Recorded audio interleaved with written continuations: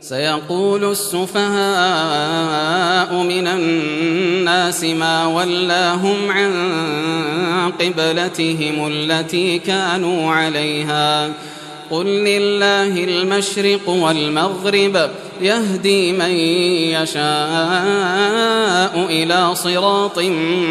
مستقيم وكذلك جعلناكم أمة وسطا لتكونوا شهداء على الناس ويكون الرسول عليكم شهيدا وما جعلنا القبلة التي كنت عليها إلا لنعلم من يتبع الرسول ممن ينقلب على عقبيه وإن كانت لكبيرة إلا على الذين هدى الله وما كان الله ليضيع إيمانكم إن الله بالناس لرؤوف رحيم قد نرى تقلب وجهك في السماء فلنولينك قبلة ترضاها فول وجهك شطر المسجد الحرام وحيث ما كنتم فولوا وجوهكم شطره وإن الذين أوتوا الكتاب ليعلمون أنه الحق من ربهم وما الله بغافل عما يعملون ولئن أتيت الذين أوتوا الكتاب بكل آية ما تبعوا قبلتك وما أنت بتابع قبلتهم وما بعضهم بتابع قبلة بعض ولئن اتبعت أهواءهم من بعد ما جاءك من العلم إنك إذا لمن الظالمين الذين آتيناهم الكتاب يعرفونه كما يعرفون أبناءهم وإن فريقا منهم ليكتمون الحق وهم يعلمون الحق من ربك فلا تكونن من الممترين ولكل وجهة هو موليها فاستبقوا الخيرات أينما تكونوا يأتي بكم الله جميعا إن الله على كل شيء قدير ومن حيث خرجت فول وجهك شطر المسجد الحرام وإنه للحق من ربك وما الله بغافل عما تعملون ومن حيث خرجت فول وجهك شطر المسجد الحرام وحيث ما كنتم فولوا وجوهكم شطره لئلا يكون للناس عليكم حجة إلا الذين ظلموا منهم فلا تخشوهم واخشوني ولأتم نعمتي عليكم ولعلكم تهتدون كما أرسلنا فيكم رسولا منكم يتلو عليكم آياتنا ويزكيكم ويعلمكم الكتاب والحكمة ويعلمكم ما لم تكونوا تعلمون فاذكروني أذكركم واشكروا لي ولا تكفرون يا أيها الذين آمنوا استعينوا بالصبر والصلاة إن الله مع الصابرين ولا تقولوا لمن يقتل في سبيل الله أموات بل أحياء ولكن لا تشعرون ولنبلونكم بشيء من الخوف والجوع ونقص من الأموال ونقص من الأموال والأنفس والثمرات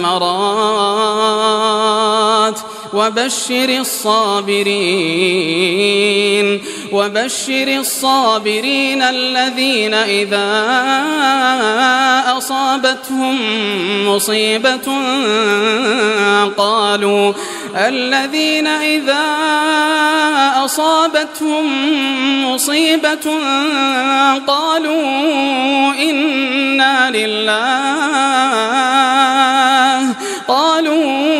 إنا لله وإنا إليه راجعون أولئك عليهم صلوات من ربهم ورحمة وأولئك هم المهتدون إن الصفا والمروة من شعائر الله فمن حج البيت أو اعتمر فلا جناح عليه أن يطوف بهما ومن تطوع خيرا فإن الله شاكر عليم إن الذين يكتمون ما أنزلنا من البينات والهدى من بعد ما بيناه للناس في الكتاب أولئك يلعنهم الله ويلعنهم اللاعنون إلا الذين تابوا وأصلحوا وبينوا فأولئك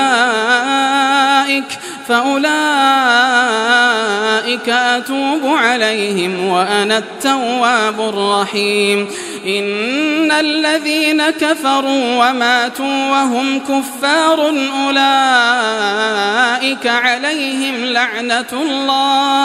أولئك عليهم لعنة الله والملائكة والناس أجمعين خالدين فيها لا يخفف عنهم العذاب ولا هم ينظرون وإلهكم إله واحد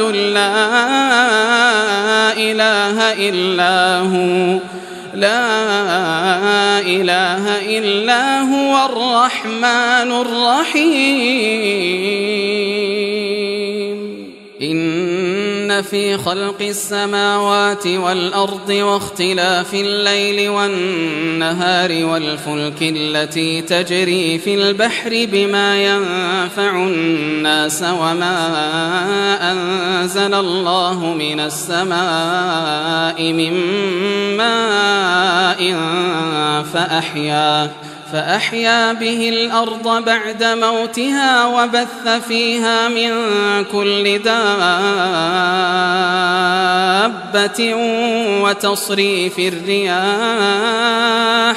وتصريف الرياح والسحاب المسخر بين السماء والأرض لآيات لقوم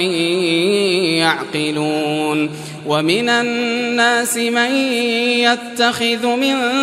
دون الله أندادا يحبونهم كحب الله والذين آمنوا أشد حبا لله ولو يرى الذين ظلموا إذ يرون العذاب أن القوة لله جميعا وأن الله شديد العذاب إذ تبرأ الذين اتبعوا من الذين اتبعوا ورأوا العذاب وتقطعت بهم الأسباب وقال الذين اتبعوا لو أن لنا كرة فنتبرأ منهم كما تبرأوا منا كذلك يريهم الله أعمالهم حسرات عليهم وما هم بخارجين من النار يا أيها الناس كلوا مما في الأرض حلالا طيبا ولا تتبعوا خطوات الشيطان إنه لكم عدو مبين إنما يأمركم بالسوء والفحشاء وأن تقولوا على الله ما لا تعلمون.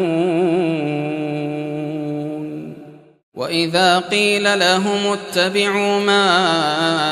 أنزل الله قالوا بل نتبع ما ألفينا عليه آباءنا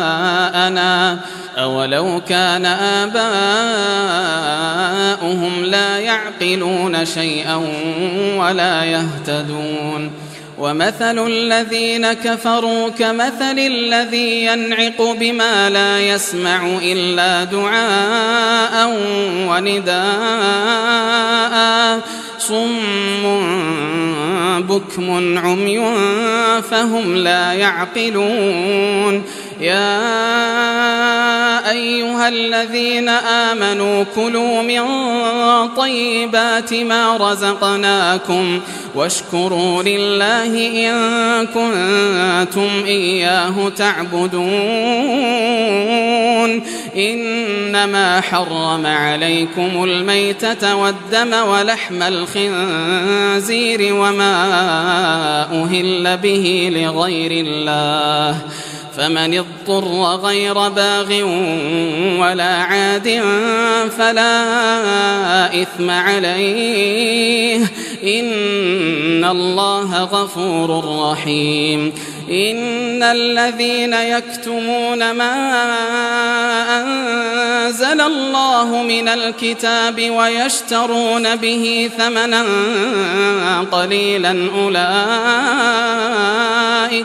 أولئك ما يأكلون في بطونهم إلا النار ولا يكلمهم الله يوم القيامة ولا يزكيهم ولهم عذاب أليم. أولئك الذين اشتروا الضلالة بالهدى والعذاب بالمغفرة فما أصبرهم على النار ذلك بأن الله نزل الكتاب بالحق وإن الذين اختلفوا في الكتاب لفي شقاق بعيد. ليس البر أن تولوا وجوهكم قبل المشرق والمغرب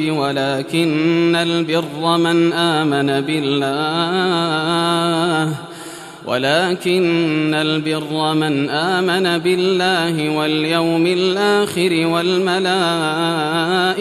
والكتاب والنبيين وآتى المال على حبه ذوي القربى واليتامى والمساكين وابن السبيل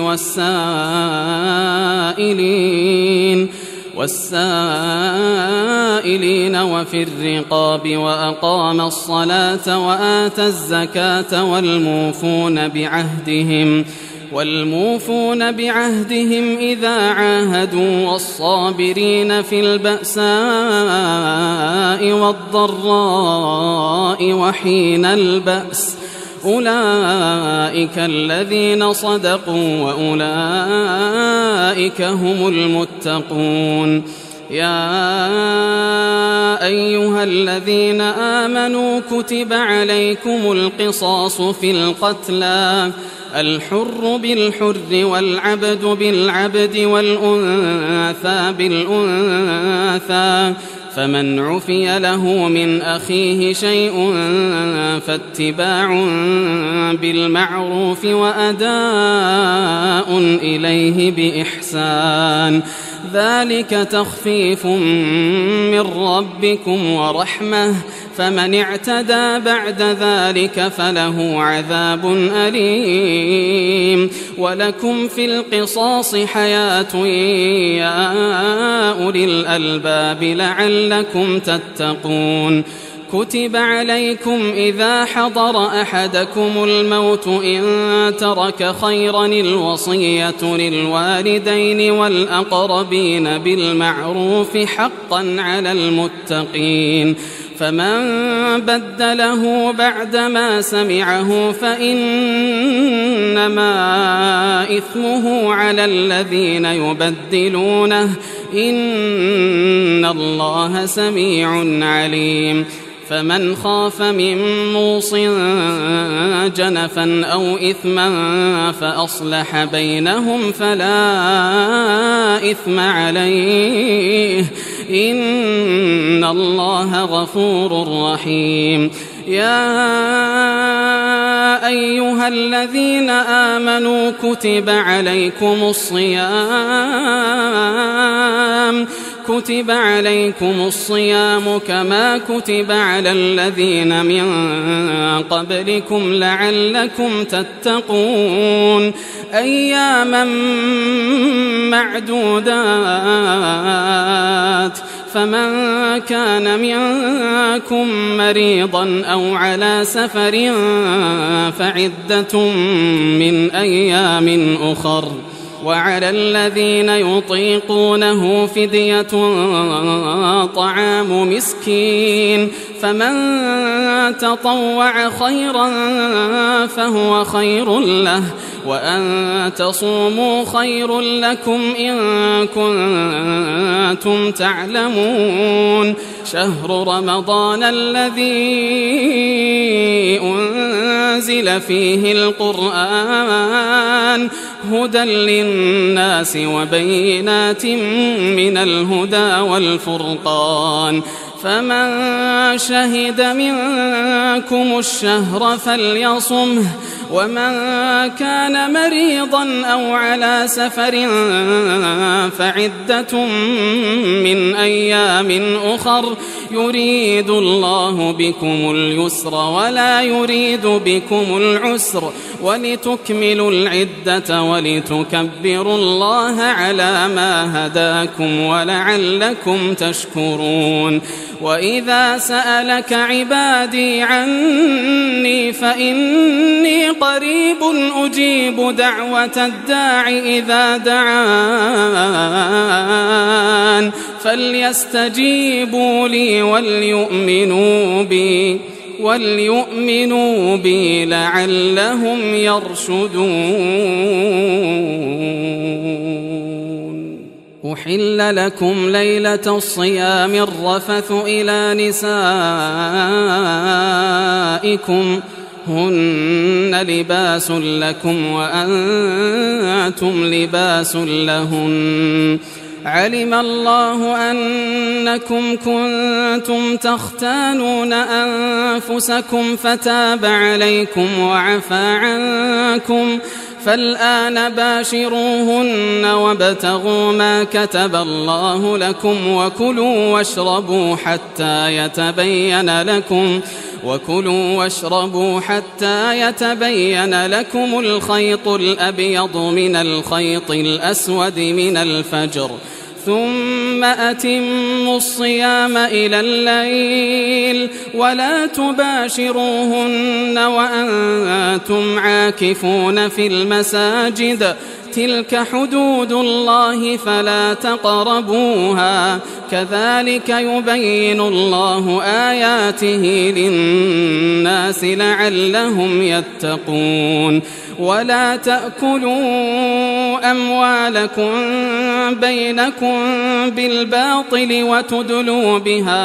وتدلوا بها إلى الحكام لتأكلوا فريقا من أموال الناس بالإثم وأنتم تعلمون. يسألونك عن الأهلة قل هي مواقيت للناس والحج وليس البر بأن تأتوا البيوت من ظهورها ولكن البر من اتقى وأتوا البيوت من أبوابها واتقوا الله لعلكم تفلحون وقاتلوا في سبيل الله الذين يقاتلونكم ولا تعتدوا إن الله لا يحب المعتدين واقتلوهم حيث ثقفتموهم وأخرجوهم من حيث أخرجوكم والفتنة أشد من القتل ولا تقاتلوهم عند المسجد الحرام حتى يقاتلوكم فيه فإن قاتلوكم فاقتلوهم كذلك جزاء الكافرين فإن انتهوا فإن الله غفور رحيم وقاتلوهم حتى لا تكون فتنة ويكون الدين لله فإن انتهوا فلا عدوان إلا على الظالمين الشهر الحرام بالشهر الحرام والحرمات قصاص فمن اعتدى عليكم فاعتدوا عليه بمثل ما اعتدى عليكم واتقوا الله واعلموا أن الله مع المتقين وأنفقوا في سبيل الله ولا تلقوا بأيديكم إلى التهلكة وأحسنوا إن الله يحب المحسنين وأتموا الحج والعمرة لله فإن أحصرتم فما استيسر من الهدي ولا تحلقوا رؤوسكم حتى يبلغ الهدي محله فمن كان منكم مريضا أو به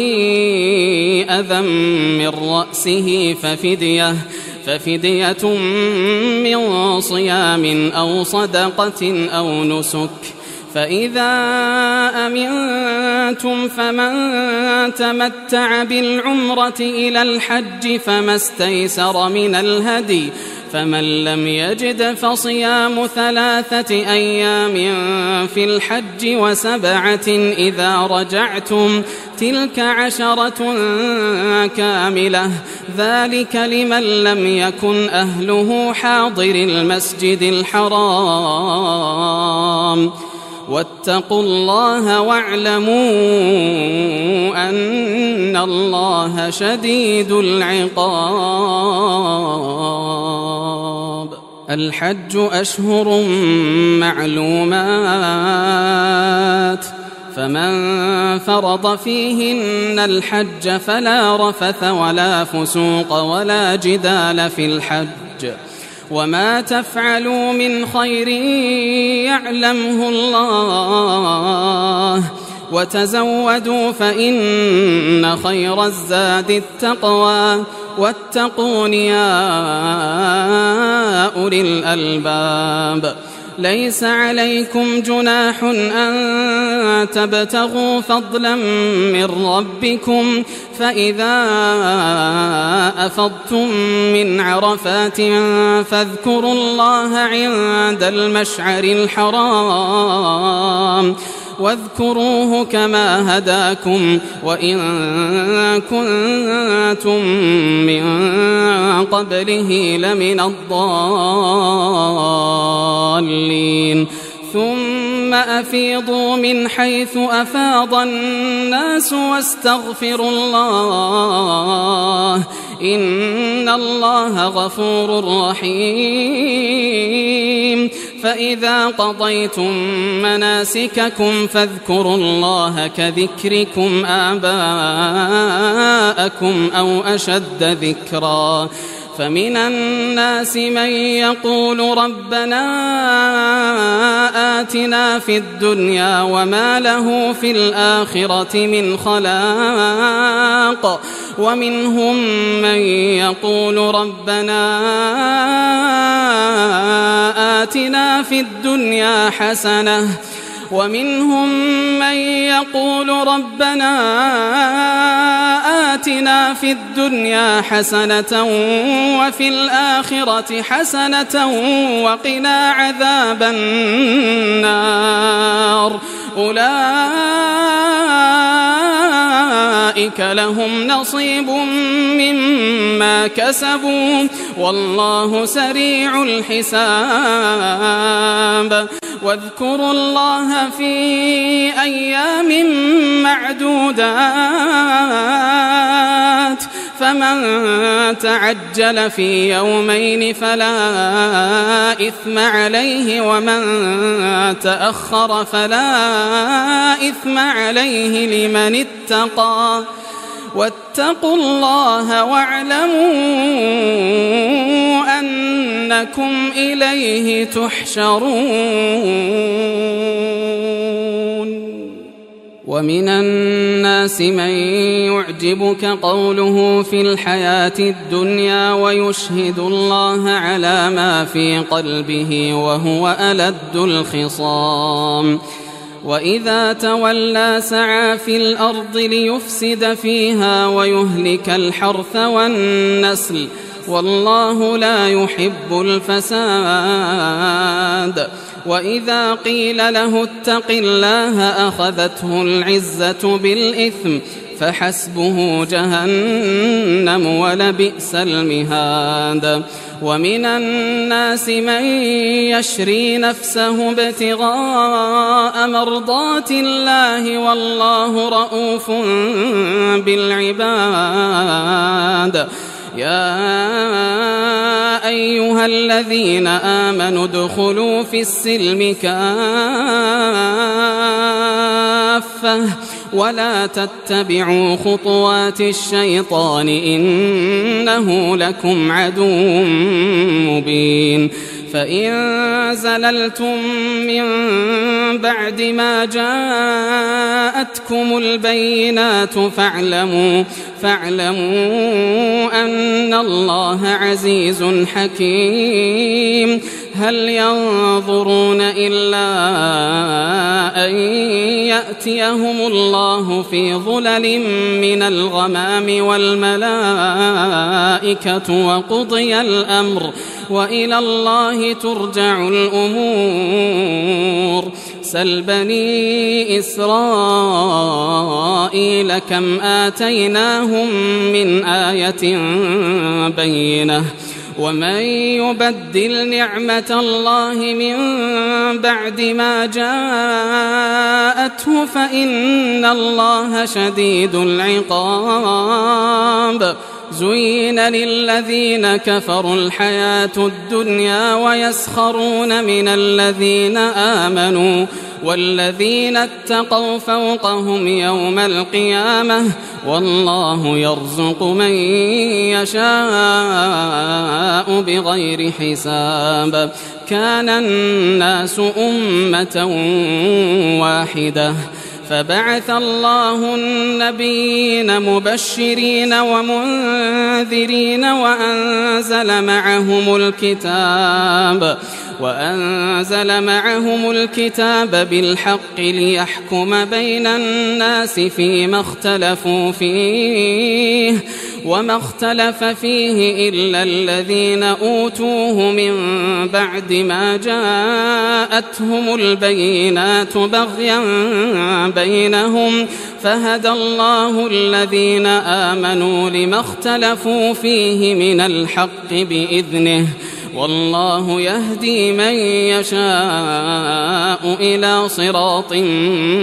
مستقيم أم حسبتم أن تدخلوا الجنة ولما يأتكم مثل الذين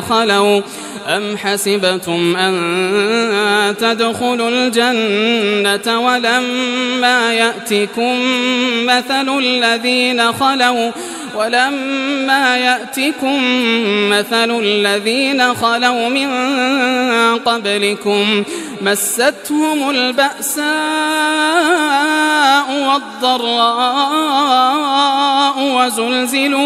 وزلزلوا حتى يقول الرسول والذين آمنوا معه متى نصر الله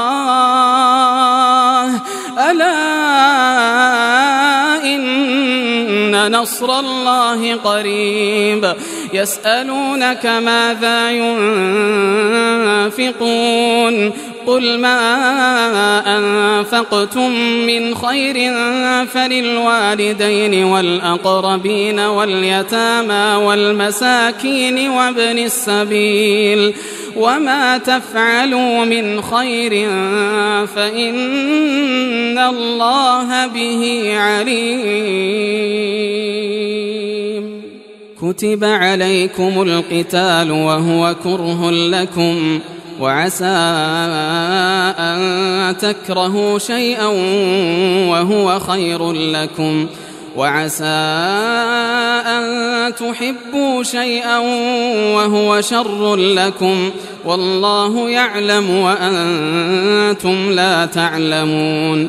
يسألونك عن الشهر الحرام قتال فيه قل قتال فيه كبير وصد عن سبيل الله وكفر به والمسجد الحرام وإخراج أهله منه أكبر عند الله والفتنة أكبر من القتل ولا يزالون يقاتلونكم حتى يردوكم عن دينكم إن استطاعوا ومن يرتدد منكم عن دينه فيمت وهو كافر فأولئك حبطت أعمالهم في الدنيا والآخرة وأولئك أصحاب النار هم فيها خالدون إن الذين آمنوا والذين هاجروا وجاهدوا في سبيل الله أولئك يرجون رحمة الله والله غفور رحيم يسألونك عن الخمر والميسر قل فيهما إثم كبير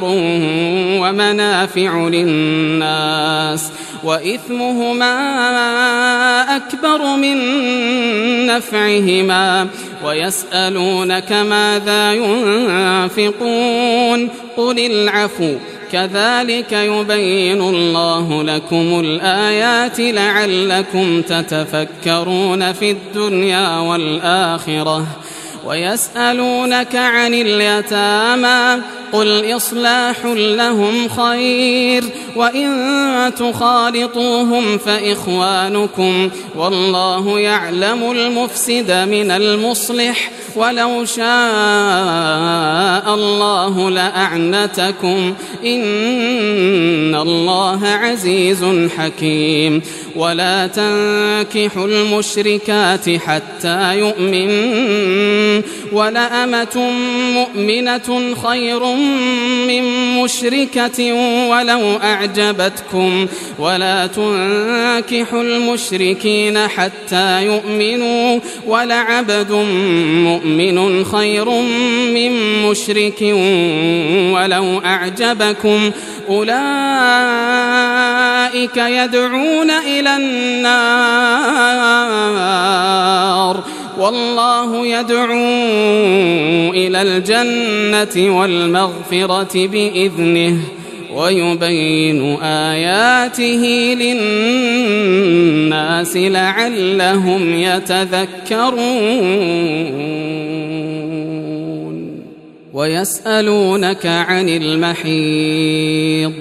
قل هو أذى فاعتزلوا النساء في المحيض ولا تقربوهن حتى يطهرن فإذا تطهرن فأتوهن من حيث أمركم الله إن الله يحب التوابين ويحب المتطهرين نساؤكم نساؤكم حرث لكم فأتوا حرثكم أنى شئتم وقدموا لأنفسكم واتقوا الله واعلموا أنكم ملاقوه وبشر المؤمنين. ولا تجعلوا الله عرضة لأيمانكم أن تبروا وتتقوا وتصلحوا بين الناس والله سميع عليم. لا يؤاخذكم الله باللغو في أيمانكم ولكن يؤاخذكم بما كسبت قلوبكم والله غفور حليم. للذين يؤلون من نسائهم تربص 4 أشهر فإن فاءوا فإن الله غفور رحيم. وإن عزموا الطلاق فإن الله سميع عليم. والمطلقات يتربصن بأنفسهن 3 قروء ولا يحل لهن أن يكتمن ما خلق الله في أرحامهن إن كن يؤمن بالله واليوم الآخر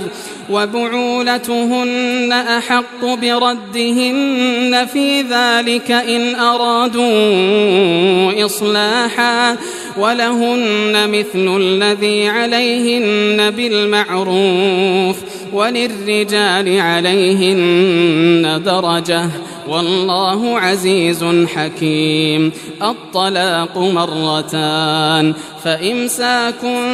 بمعروف أو تسريح بإحسان. ولا يحل لكم أن تأخذوا مما آتيتموهن شيئا إلا أن يخافا ألا يقيما حدود الله. فإن خفتم ألا يقيما حدود الله فلا جناح عليهما فيما افتدت به تلك حدود الله فلا تعتدوها ومن يتعد حدود الله فأولئك هم الظالمون. فإن طلقها فلا تحل له من بعد حتى تنكح زوجا غيره. فإن طلقها فلا جناح عليهما أن يتراجعا إن ظنا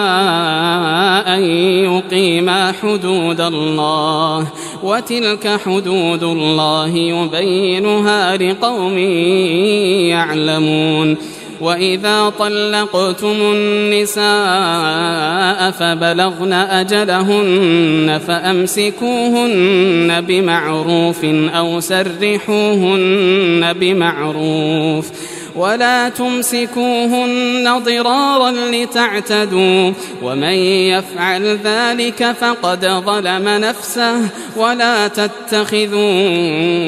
آيات الله هزوا واذكروا نعمة الله عليكم وما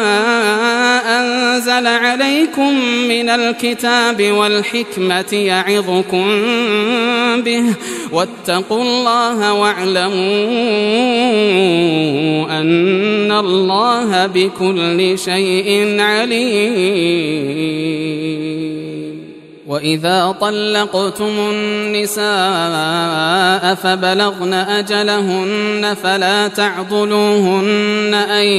ينكحن أزواجهن إذا تراضوا بينهم بالمعروف.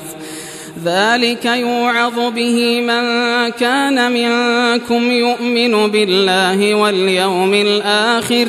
ذلكم أزكى لكم وأطهر والله يعلم وأنتم لا تعلمون. والوالدات يرضعن أولادهن حولين كاملين لمن أراد أن يتم الرضاعة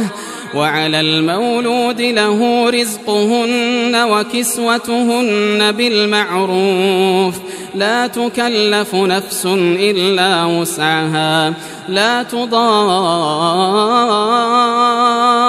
والدة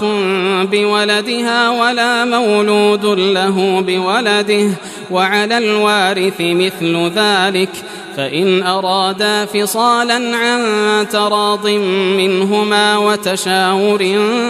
فلا جناح عليهما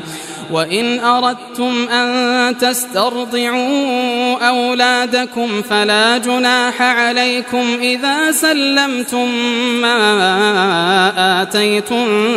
بالمعروف واتقوا الله واعلموا أن الله بما تعملون بصير والذين يتوفون منكم ويذرون أزواجا يتربصن بأنفسهن 4 أشهر و10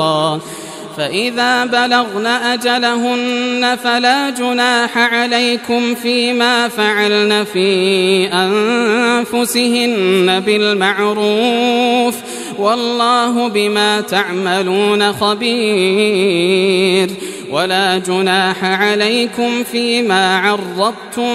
به من خطبة النساء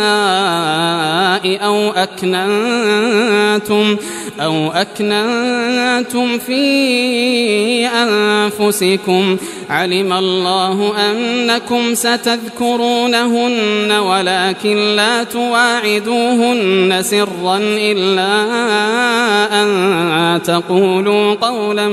معروفا ولا تعزموا عقدة النكاح حتى يبلغ الكتاب أجله واعلموا أن الله يعلم ما في أنفسكم فاحذروه واعلموا أن الله غفور حليم لا جناح عليكم إن طلقتم النساء ما لم تمسوهن أو تفرضوا لهن فريضة ومتعوهن على الموسع قدره وعلى المقتر قدره متاعا بالمعروف حقا على المحسنين وإن طلقتموهن من قبل أن تمسوهن وقد فرضتم لهن فريضة فنصف ما فرضتم إلا أن يعفون أو يعفو الذي بيده عقدة النكاح وأن تعفوا أقرب للتقوى ولا تنسوا الفضل بينكم إن الله بما تعملون بصير حافظوا على الصلوات والصلاة الوسطى وقوموا لله قانتين فإن خفتم فرجالا أو ركبانا فإذا أمنتم فاذكروا الله كما علمكم ما لم تكونوا تعلمون والذين يتوفون منكم ويذرون أزواجا وصية لأزواجهم متاعا إلى الحول غير إخراج فإن خرجن فلا جناح عليكم فيما فعلن في أنفسهن من معروف والله عزيز حكيم وللمطلقات متاع بالمعروف حقا على المتقين كذلك يبين الله لكم آياته لعلكم تعقلون ألم تر إلى الذين خرجوا من ديارهم وهم ألوف حذر الموت فقال لهم الله موتوا ثم أحياهم إن الله لذو فضل على الناس ولكن أكثر الناس لا يشكرون وقاتلوا في سبيل الله واعلموا أن الله سميع عليم من ذا الذي يقرض الله قرضا حسنا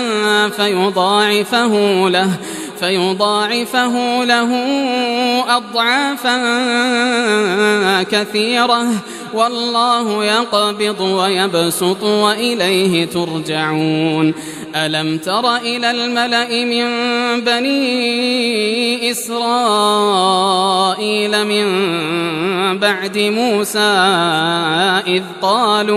إذ قالوا لنبي له مبعث لنا ملكا نقاتل في سبيل الله قال هل عسيتم إن كتب عليكم القتال ألا تقاتلوا قالوا وما لنا